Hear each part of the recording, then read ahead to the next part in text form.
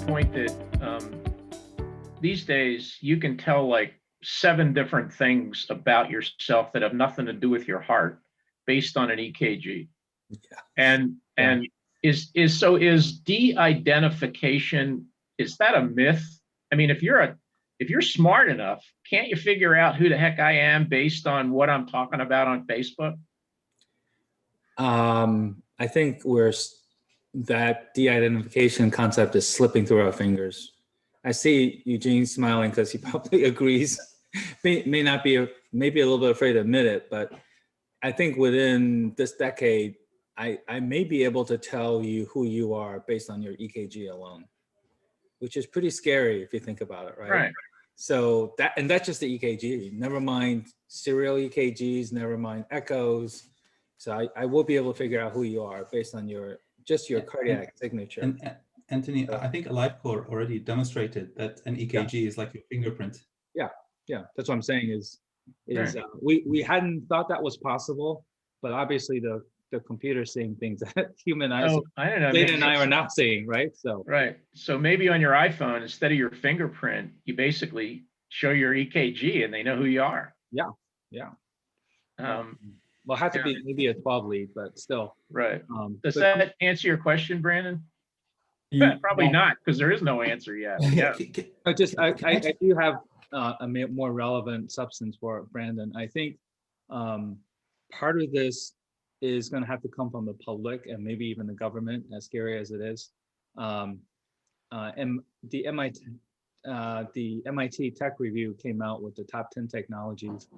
And Eugene, you may have seen this because you're in this area, the concept of a data trust, including medical data. So, which is, I think eventually will be helpful so that it's a public domain supported by all the stakeholders in healthcare. And you basically file your healthcare data into that trust so that they're trustful caretakers of that data rather than trying to find this on your own, which is nearly impossible. The other approach, I don't know if you entertained this, Brandon, you have a data science background, correct?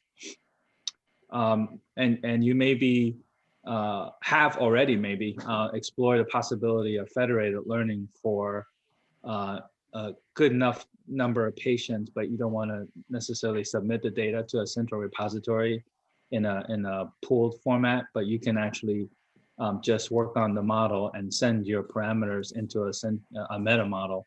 So that's one more approach that we're looking at. But if you're looking at rare diseases, it's difficult because if you're just looking at a local model and you only have 7 patients, that model is going to be too brittle or too inadequate to submit to a meta model. So at some point, for rare diseases or not a lot of patients of a certain condition, you're going to need to share data somehow. Eugene, people always want examples and use cases and tell me what you're doing and give me real world stuff. So maybe you can share the kinds of problems that we've been dealing with or you've been dealing with that have been asked to deal with from customers. So maybe you can discuss your aging at home and the sort of remote sensing experience lately. And when you said my aging at home, I started getting concerned a little bit, but not you aging at home, but the clients. Right. Last year is a trend for everybody aging at home. But yeah, so there are definitely a couple of interesting, a few use cases that they're kind of bubbling up that we have to deal with, and I would put them into maybe 3 separate buckets to answer your question a little bit broadly. One has to deal with the transactional side of the healthcare process, which we briefly touched on. How does the data move through the system? How do different participants touch it in various points, and how do we make it meaningful along the line? So that's kind of the flow. The other part is the presentation of the data. In other words, more related to analytics, kind of a global view, snapshot in time, kind of over a period of time. So closer to the analytical part, what we just started talking about, the AI portion of it. And the underlying technology, the underlying framework supports both of these. So what you're referring to is the part of the remote patient monitoring, RPM. And yes, most of it has to do with the aging population. However, it's not just that. I mean, any of us can be in that situation in the post-acute care situation story where you're discharged to post-acute care facility, or you're actually at home. And what has essentially also exploded, if you want, in the last year is the concept of remote patient monitoring, which is by itself is not new, but because of COVID, the government here in the United States said, we're going to pull a lot of stops from under this concept that we're blocking the propagation of this, and we're going to allow some reimbursement for it, quite a lot of it, although some folks who support the idea want more.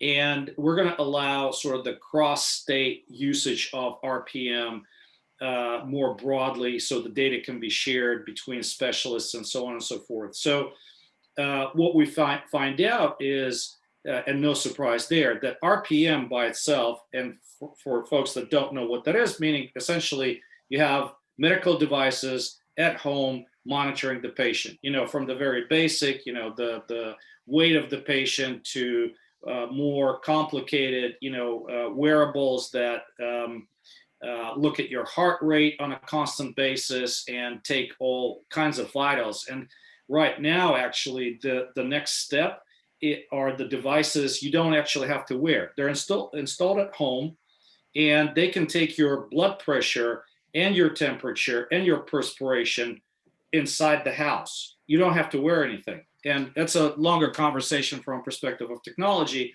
but fundamentally your house, your home can be a virtual clinic from a perspective of data collection. So the problem is that unless RPM is integrated into the whole process of care, so the physicians receive the data upstream, the whole care team receives, different specialists see it, the primary care physician, and that the data flows freely between the entities that need to take care of the patient, is just a stopgap measure. So what we have done is we've integrated some of the RPM players in the market, or provided a facility for that they can integrate using a standards-based integration method into a broader care framework, an acute hospital or post-acute facility, primary care physician, specialist, and so on and so forth.